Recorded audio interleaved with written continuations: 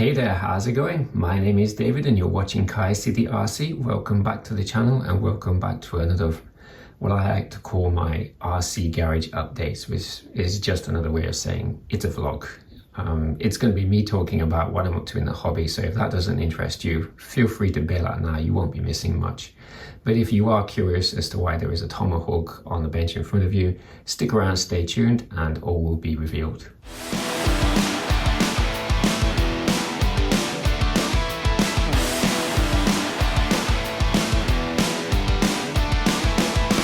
If you've been watching the channel for a while now, I'm sure that your first question is, well, wait a minute, David, don't you already have a Tomahawk? Why do you need a second one?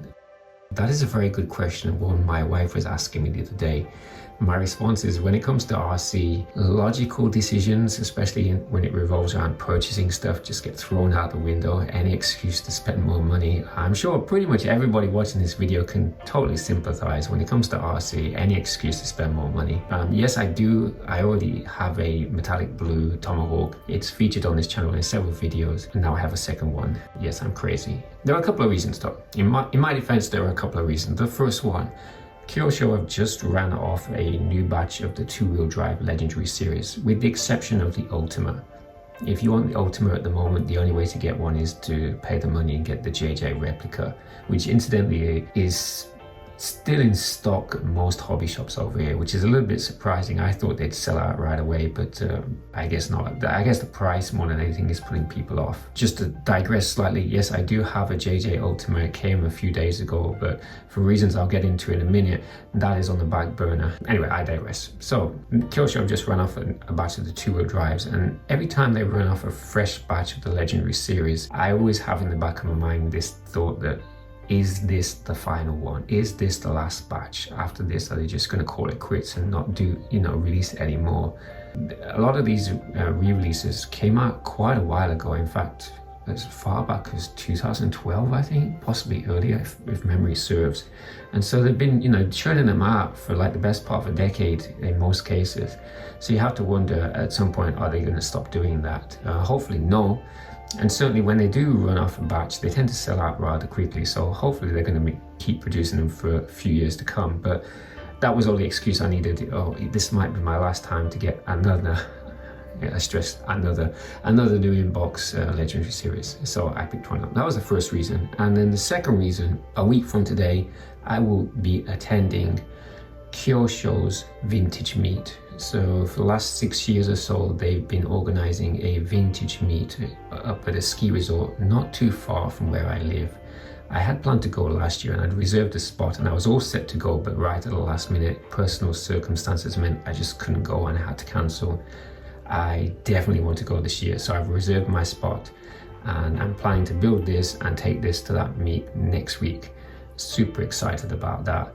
Now, when you register to attend the meeting, you have to tell them what buggies you're going to bring. And I had thought about, listing the JJ Ultima, but I just didn't know at the time when it was going to arrive in Japan and if I'd have enough time to get it built before the event. And so I went ahead and I told them I was bringing an Optima, my Turbo Scorpion, and a Tomahawk. And hopefully I'll be able to get this done. So there are the two reasons why I picked up another Tomahawk. Anyway, again, looking for any excuse to spend more money on RC, I figured, well, I can't really build this Tomahawk kit standard because then it would match the Tomahawk I already have. And so I need to, customize it, trying to justify it to the better half. And so with that in mind, yeah, basically, I've thrown loads of carbon at it. So if you're curious to know what parts are going on, stick around. Here we go. So first up, we have SCW024. This is the carbon upper deck. If you're not familiar with the two-wheel drives, the older ones, there are 4 of them: Scorpion, Turbo Scorpion, Beetle, and Tomahawk. Now 3 of those, the 2 Scorpions and the Beetle, they use a plastic electronics box that sits between the parallel chassis rails. The Tomahawk, however, does not. Back in the day, the Tomahawk was basically designed to be a lightweight racing version, and so Kyosho basically did away with a lot of the plastic and replaced it with FRP upper deck and FRP lower servo plate. And so I'm going to replace those FRP parts with carbon. So we've got this one and SCW025 with a carbon steering plate, and these basically just sit on the chassis rails and you mount your electronics to them. Those are the electronics plates. Next up we have SCW008, the carbon gearbox mount. So in the kit you get an aluminium gearbox mount. This is a direct replacement. This is the standard size one. There is a slightly larger one which I'll get to in a minute. Next up we have SCW005, the carbon rear suspension plate. So this is what the rear trailing arms mount to. Again, this is the standard size one. There's actually a slightly larger one. I'll get to that in a minute. Next up, I've already gone ahead and built up the Kyosho HG shocks. Now personally, I don't have a problem with the kit shocks. I know a lot of people don't like them, especially when it comes to putting them together for the first time, because you've got this really thin, clear, hard plastic shock seal. It's quite an interesting design, and it can be a right pain to put it on. And the shocks aren't, I mean, the design is pretty old, and so when you compare it to other shocks back in the day, they're not that bad, I don't think anyway. I personally don't have a problem with them, but I know a lot of people don't like them, and they do tend to leak. Though again, personally, I have not had any of these shocks leak, but I have had some HG shocks leak. But nevertheless, in the interest of like throwing lots of option parts and coming up with justification, spending more money, I'm putting HG shocks on this Tomahawk, whereas my other one has just got the standard kit shocks. When you fit the HG shocks, however, you do need to change the shock mounts for longer ones. So here we have SCW003 carbon front shock stay for the HG shocks. The only difference between this one and the shock stay for the normal ones is basically longer, and that's it. You can get carbon replacements for the standard ones if you want to keep with the original shocks.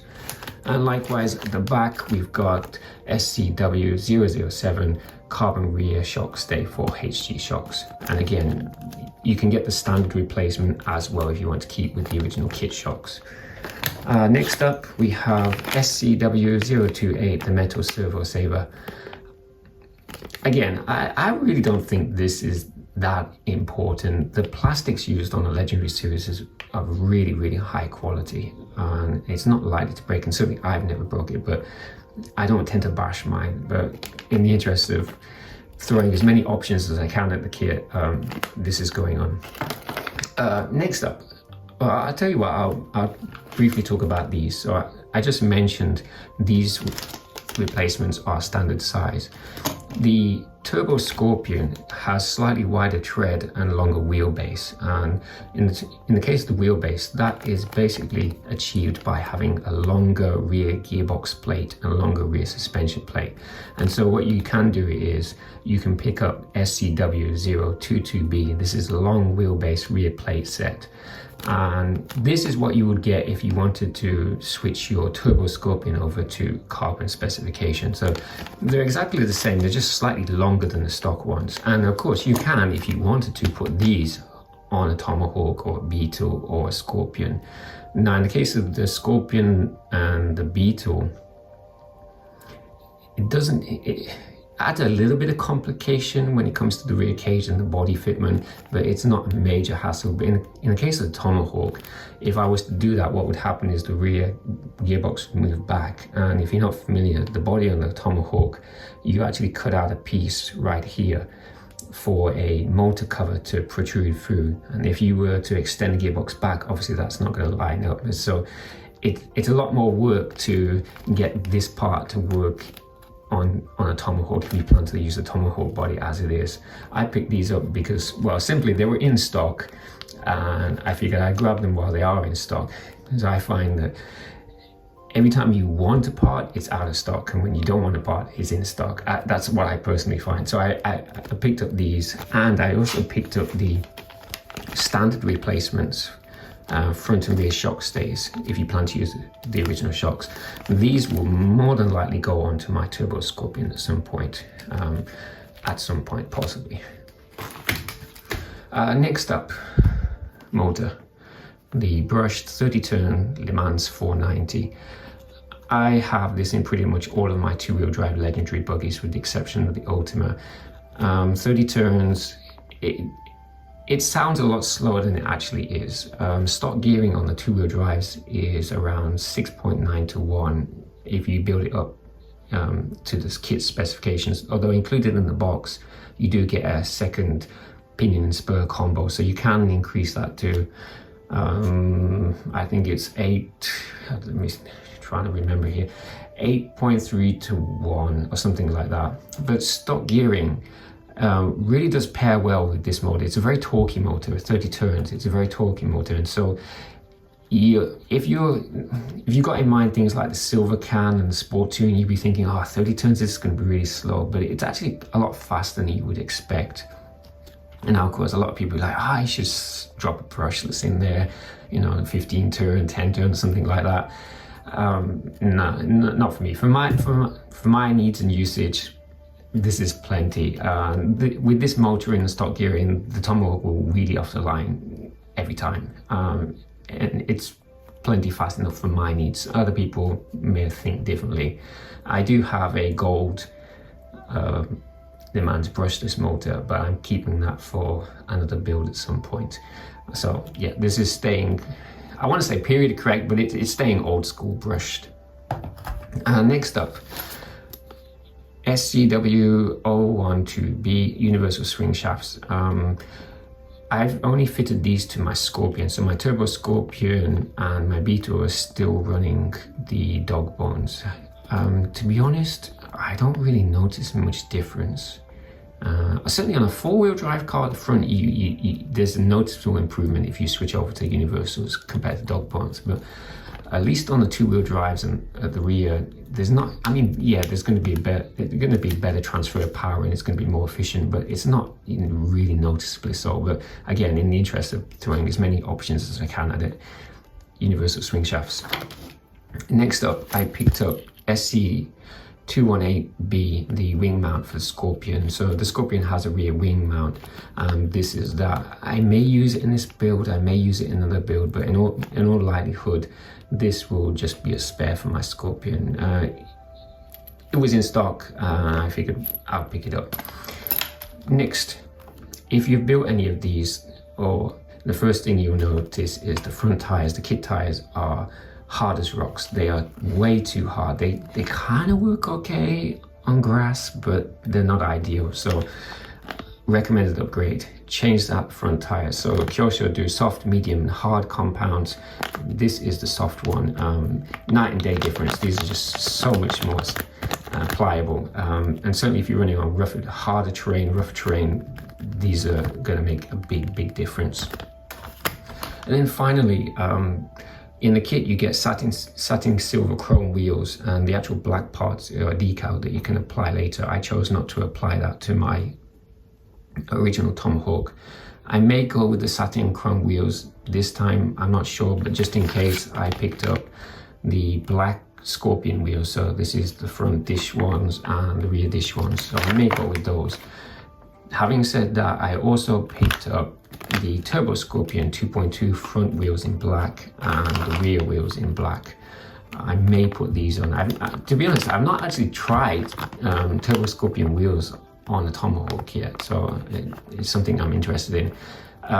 Just a note though, the front wheels are a straight swap as far as I know. Again, I've not actually personally not tried it. It's something that I've always been meaning to do, just never got around to doing it. But the rear wheels on the Scorpion, the Beetle, and the Tomahawk, they use basically a friction fitting. If you want to fit these with hex hubs, you will need to pick up SCW020, the hex drive washer set. And that will basically allow you to put hex wheels on the back of your Tomahawk, Beetle, or Scorpion. And so I picked up those. And Also, if you do decide to fit these, you will need to buy the corresponding tires, because the kit tires will not, obviously they won't fit on these larger wheels. So there we go, that is all the parts I'm planning to throw at this new build. Now I'm hoping to get it done in a week.